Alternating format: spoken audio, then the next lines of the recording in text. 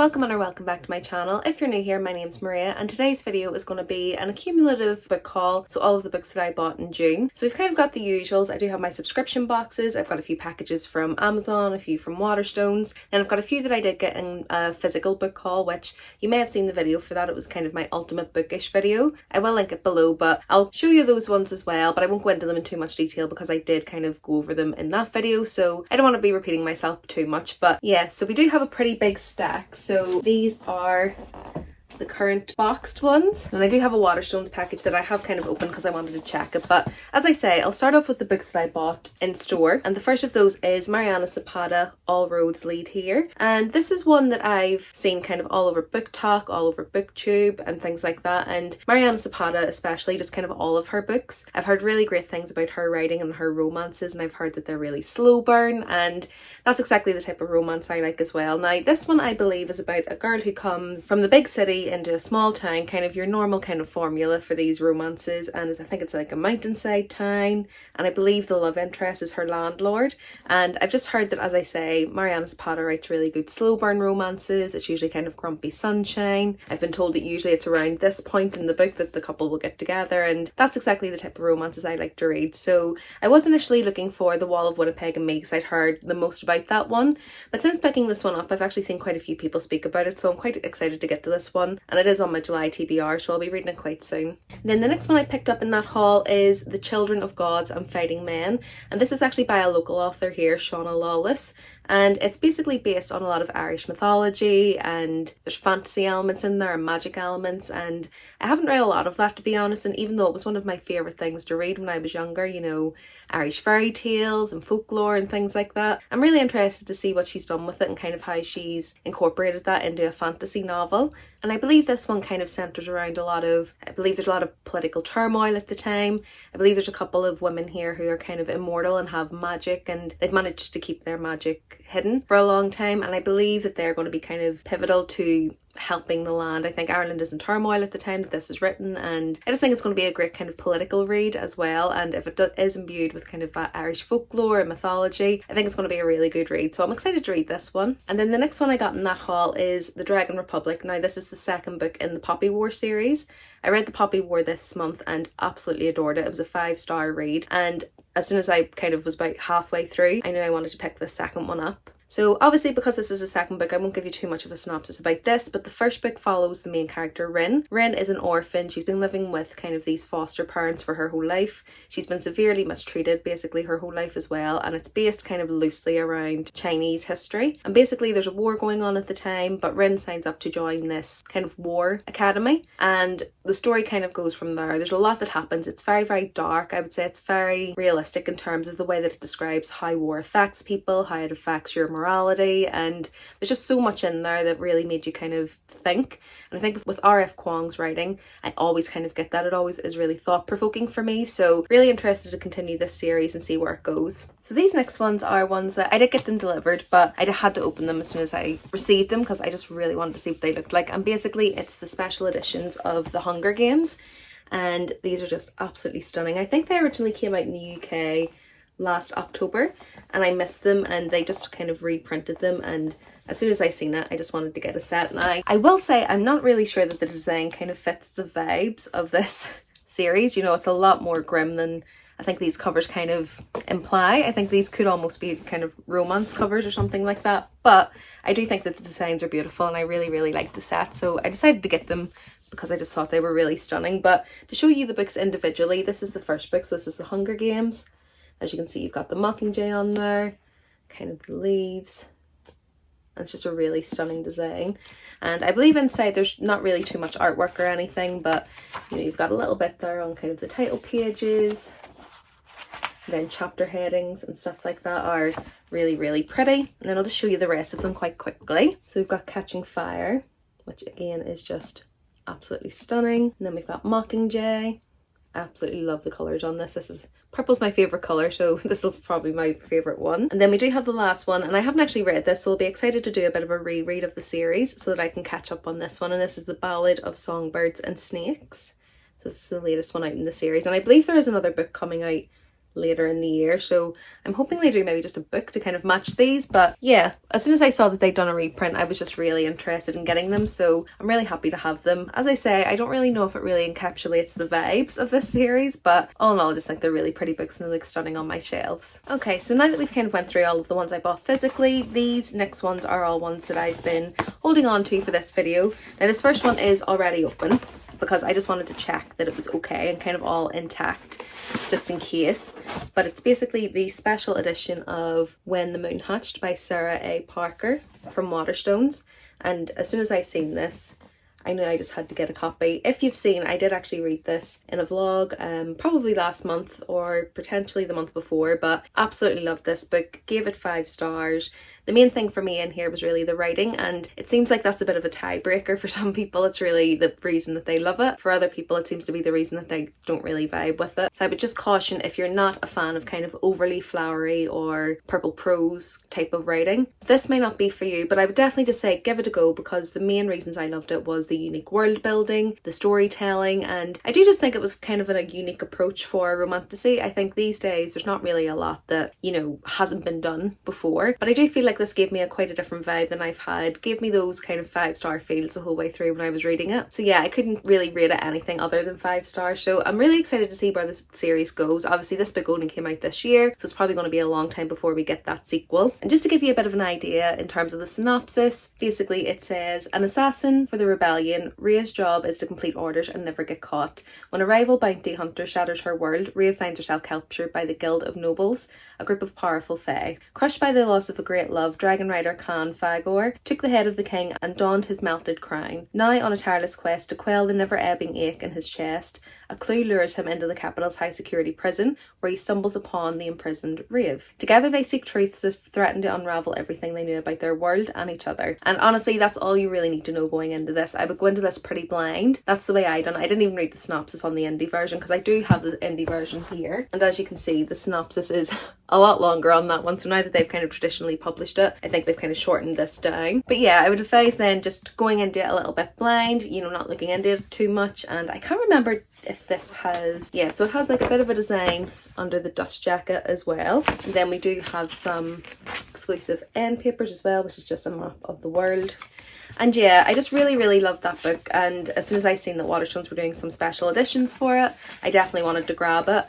I may or may not have also ordered the Furry Loot edition, so it may be a case of when that comes I'll decide which one I prefer and maybe pass one on so that someone else can kind of rehome it and love it as well. But yeah, for now I'm really happy with this edition, really happy I ordered it, and can't wait to read the next one in this series. So the lighting may have changed a little bit. Basically it just got very dark. It was really bright before, so I did have the blinds closed, but it's went really dark again, so I decided to open them up a bit so it didn't look as much as I was in a spotlight. But yeah, let's move on to the next package. So this next one is also from Waterstones, and I think I know which one this is, but we'll just have a look once I get in there. That was really good. Sometimes these are so hard to get out. This is quite a thick book, so I'm not sure which one this is actually, because I thought it was a different one, but let's see. Oh yes, so this is basically The Curse of Sins by Kate Dramas, and this is the second in a series. The first of the series is The Curse of Saints, which is actually on my July TBR, so it's quite handy that this has arrived now. And I don't know if this is a special edition, but I've kind of got the same edition in The Curse of Saints as well. So let me just get that and I can kind of show you both of them. So this is The Curse of Saints, and this is the one I'm going to be reading this month. And basically I decided to buy the sequel because I seen Coffee and Tales talking about how good this book was. So I thought I want to have the sequel on hand just in case I love this as much as she did, and I just want to continue with the series. So as I say, that's the second book, so I'll give you the synopsis of the first book, and it's quite short, but basically the main female character is a spy master for the Queen, and she has a blood oath that basically means she has to protect those that she fights aside, and that includes Will, who is the Queen's enforcer, and Aya's bitter rival. So yeah, there's definitely going to be some enemies to lovers in here. There's probably going to be, you know, some forced proximity and things like that, and it just sounds like it was a really fun read. And as I say, most of the things that Coffee and Tales kind of enjoys, either I've enjoyed or I went on to enjoy, so I'm trusting her opinion on this, and I'm really excited to jump into this one. Then I'll have this one on hand for when I'm finished. Okay, so the next one up is an Amazon package.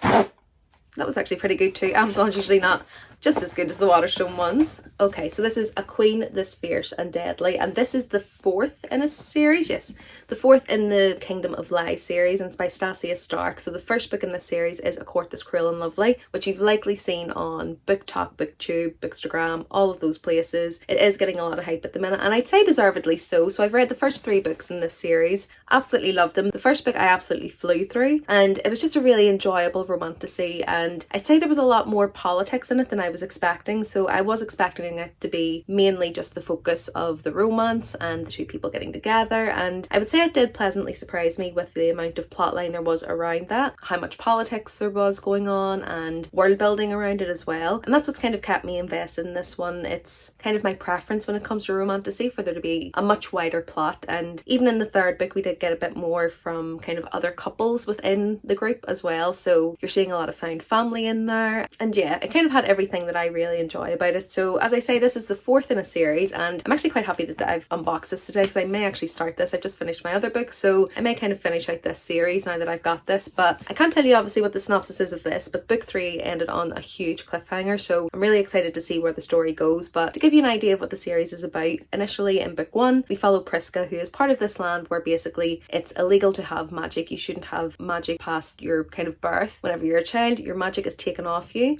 and you will receive some of it back when you're 25, but basically it's supposed to be for the king to use to kind of protect the realm from the wicked fae, is kind of the story that they've been told. Obviously our main character does have magic, it gets revealed, and she kind of has to go on the run to protect herself and her family. Along the way she runs into a group of mercenaries who don't really want to do anything with her. They're kind of happy for her to go on her merry way. She doesn't really want to work with them, but the more that they get to know each other, they realise that staying together may be a little bit mutually beneficial, and it might be worth their while kind of sticking together, a bit of forced proximity, reluctant allies in there, and obviously one of them ends up being a love interest. But that's all I'll say, so as not to get into spoilers. But yeah, I just say if you're a romantasy fan, this is a really good one. It's pretty fast paced. I think the 2nd book was a little bit slower paced, but the 3rd book really ramped it up again, and as I say, the cliffhanger at the end was deadly. So really excited to see how the series concludes. Okay, so this next one is from Waterstones as well.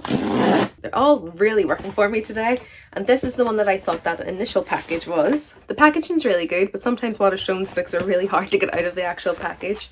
But this is, oh, this is so stunning in real life.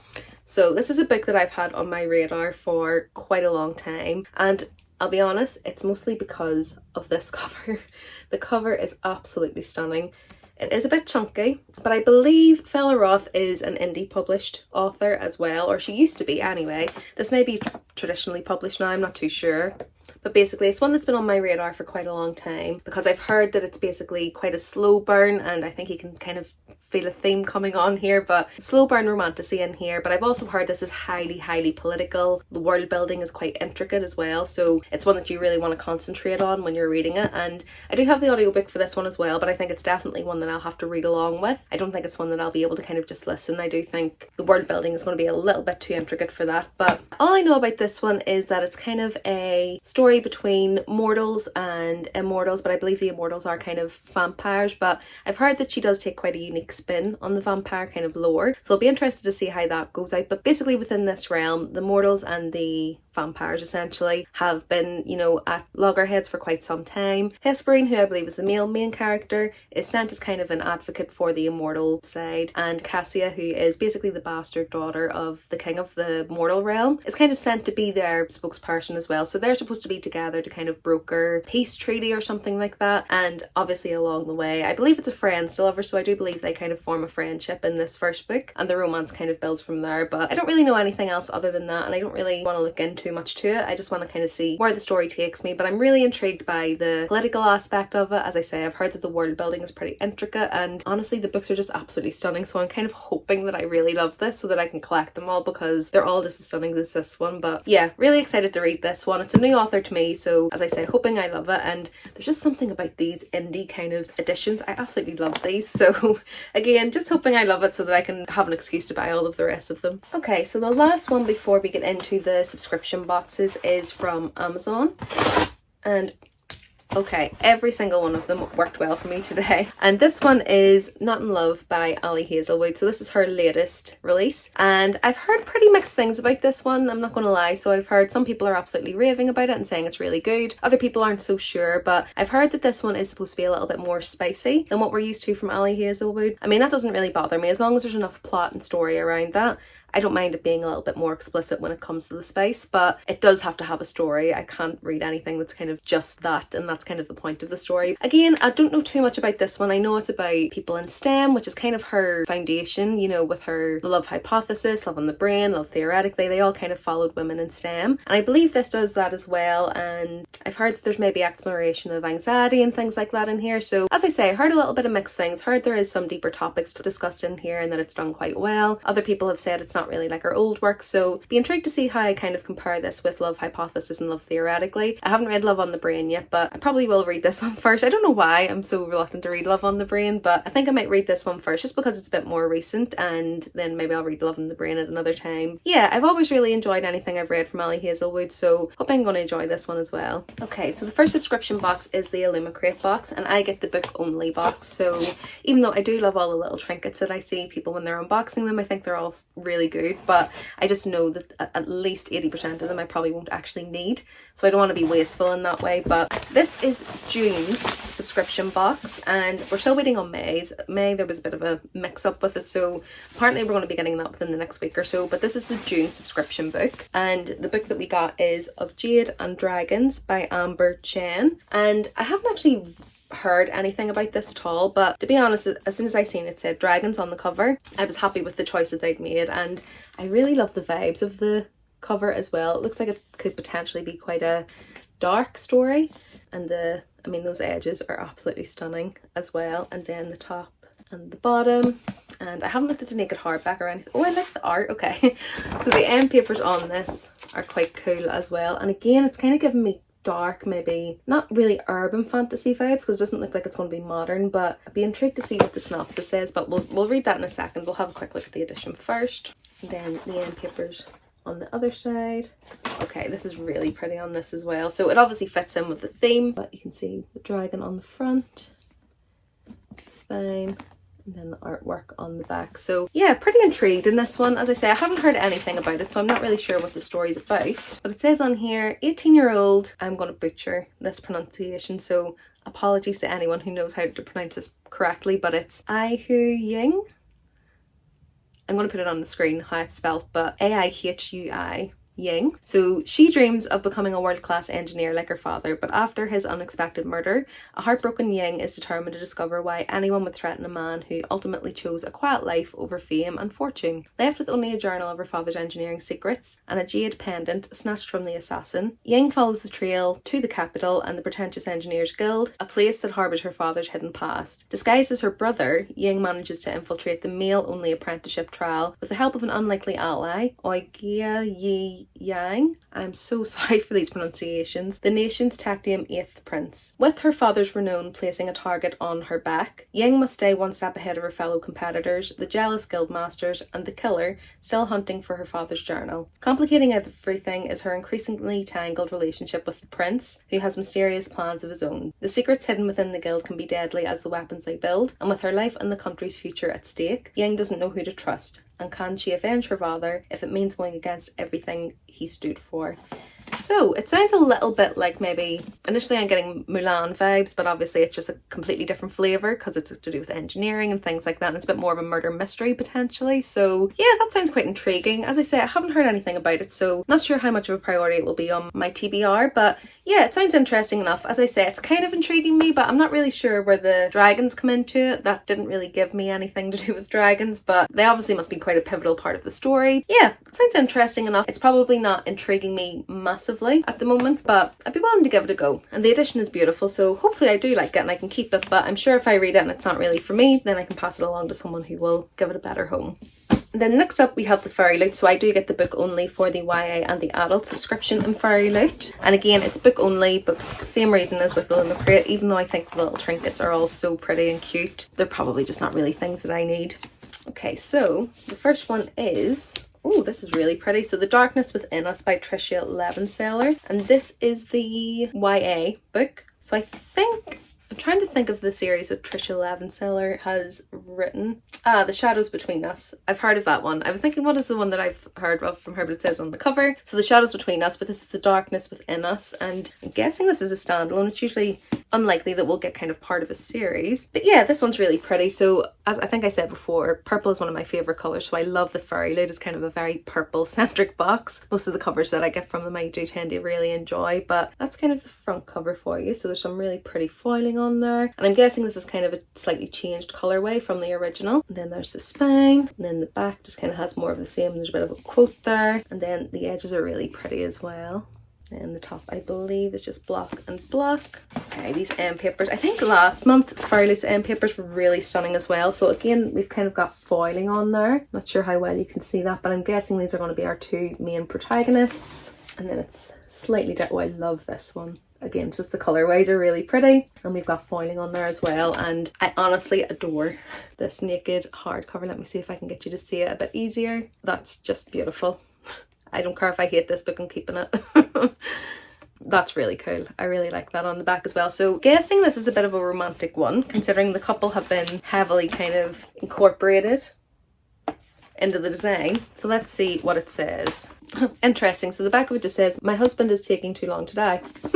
I'm initially already intrigued. So Chrysanthia Stassos has won. By hiding her intelligence and ambition behind the mask of a beautiful air-headed girl, she's become a wealthy duchess, and once her elderly husband dies, she'll have all the freedom and money she's ever wanted. Or so she thought. A man claiming to be her husband's estranged grandson has turned up to steal her inheritance, and to make matters worse, her little sister Alessandra is about to become queen. So Chrysanthia resolves to upstage Alessandra at her own wedding, and as for this grandson, he may be extremely handsome and mysterious, but he has to go. Okay, and we get a chapter that's exclusive for Furry Loot readers, so sounds interesting. Sounds a bit like Regency kind of era romantasy, perhaps. I'm not really sure where the fantasy comes into this one. I'm guessing that could be part of the intrigue, but yeah. Interested to read this one. I think it sounds like it could be quite a fun one, just in terms of the kind of scene setting within that synopsis. But again, not one I've heard of, but I've definitely heard of The Shadows Between Us. I haven't read it, but I've heard it's a pretty good one, so be interested to read this one. Okay, and this last one is the adult book, and it's The God Gameo by Sophie Kim. So this one, again, I really like the colours on this one, and it's a bit different for Furry Loot as well, so it looks really intriguing just by the cover. The cover art's really, really pretty. Then we've got the stenciled edges as well. I believe it's just block and block on the cover there as well. Okay, so there's the end paper art. Let's see if it's the same on the back. I feel like the end paper art has been really good on Furry Loot recently. It's just been really stepping up, just foiling and things like that. So again, some really pretty covers. And then this is the naked hardback, which is really, really cute. So I'm not sure if it's maybe going to be a bit cozy, perhaps. I'm just thinking with coffee, flowers, that kind of thing is maybe giving me cozy vibes. But I have seen this one about. So here's actually just the reverse dust jacket as well. But yeah, I've seen this one about. I have seen the kind of title of it, but I haven't heard anything about what the synopsis is supposed to be about. But what it says on the card is basically a story of a meddlesome nine-tailed fox who must team up with a handsome exiled trickster god to chase down a powerful demon that has escaped from the underworld. All this whilst keeping her true identity under wraps. Okay, so that sounds pretty fun. That sounds like it's going to be quite cool. I do like anything about, you know, gods that are kind of living in our world or who have come from the underworld to our world. I always really am intrigued by that, and not really sure if there's kind of a different maybe mythology or something like that attached to this one. I'm going to have to look that up.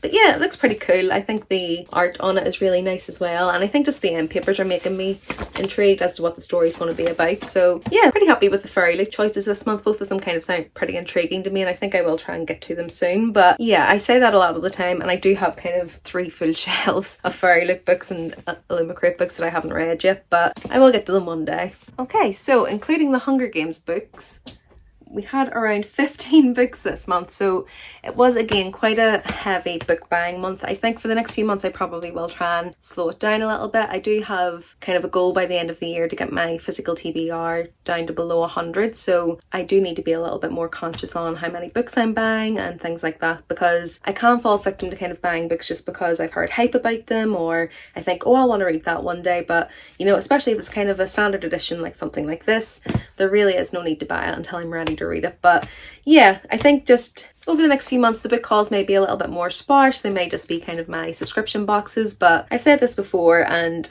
maybe haven't really stuck to it, so we'll see. I'm not promising anything. I don't believe in book bans anymore because they honestly just don't work. I just end up buying more in the months that I am allowed to buy them, so it's absolutely pointless doing it. I'm better just trying to maybe budget myself monthly and see where we get to. But yeah, really happy with a lot of these. I think quite a few of them I have wanted to get for quite a long time, so I'm happy I finally got them, and quite a few that I'm really excited about, so hopefully I'll find a few 5 stars in here. I think Blood Mercy is one that I think will definitely be a 5 star for me. Here's hoping anyway. I have seen some mixed reviews on it, but really excited to get to it. If you've read any of these, do let me know in the comments below. I'd love to know what your thoughts were, and obviously if there's any you think I should be rushing to read, do let me know. And if you like this video, do remember to give it a like, and if you want to see more from me, remember to subscribe. I'll be doing 2 videos a week. They will be videos like this, so book hauls, also do come shopping with me, weekly reading vlogs, monthly wrap-ups, all good bookish things like that. So yeah, I'd love to have you as part of my community, and it's been great to meet a few people already so far. Other than that, thanks so much for watching. I hope you really enjoyed it, and I'll see you in the next one.